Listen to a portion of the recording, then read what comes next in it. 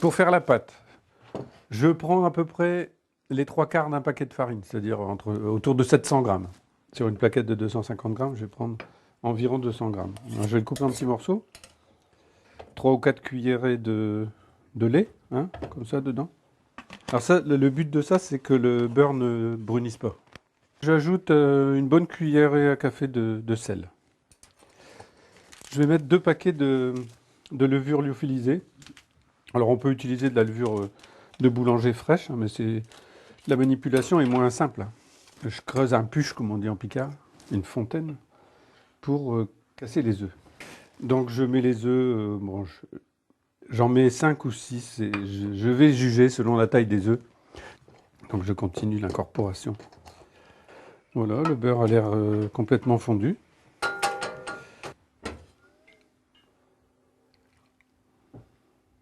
On pétrit comme on pétrirait du pain, hein, c'est la même chose.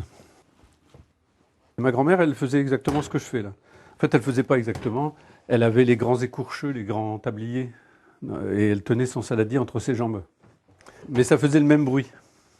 Quand on arrivait le dimanche matin chez mes grands-parents, c'était ce bruit-là qu'on entendait, c'était le bruit de la tarte qui était en train de se fabriquer.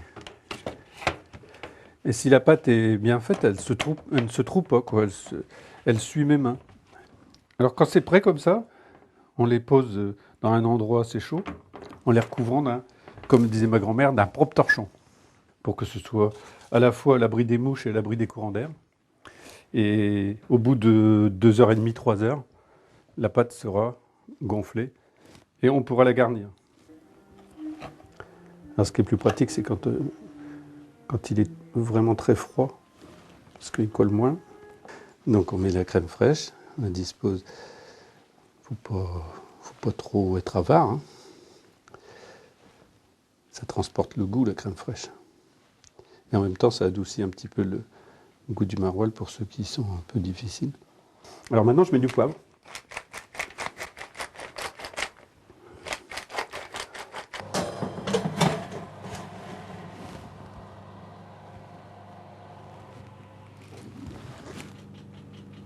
Ça va bientôt être prêt. C'est quand l'odeur de la crème, de la pâte et du maroilles sont à égalité. Parce qu'au départ, tu sens que le maroilles. Et puis, tout doucement, tu sens la crème qui commence à sortir. Et puis après, c'est la pâte, comme la pâte à pain. Et là, quand les trois sont à égalité, donc c'est bon. Donc j'arrive avec ma tarte. Voilà. On va la mettre là. Il faut que je goûte.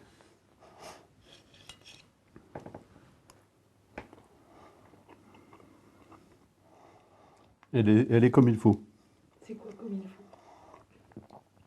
Elle est tendre. Elle n'a pas un goût trop fort ni trop doux.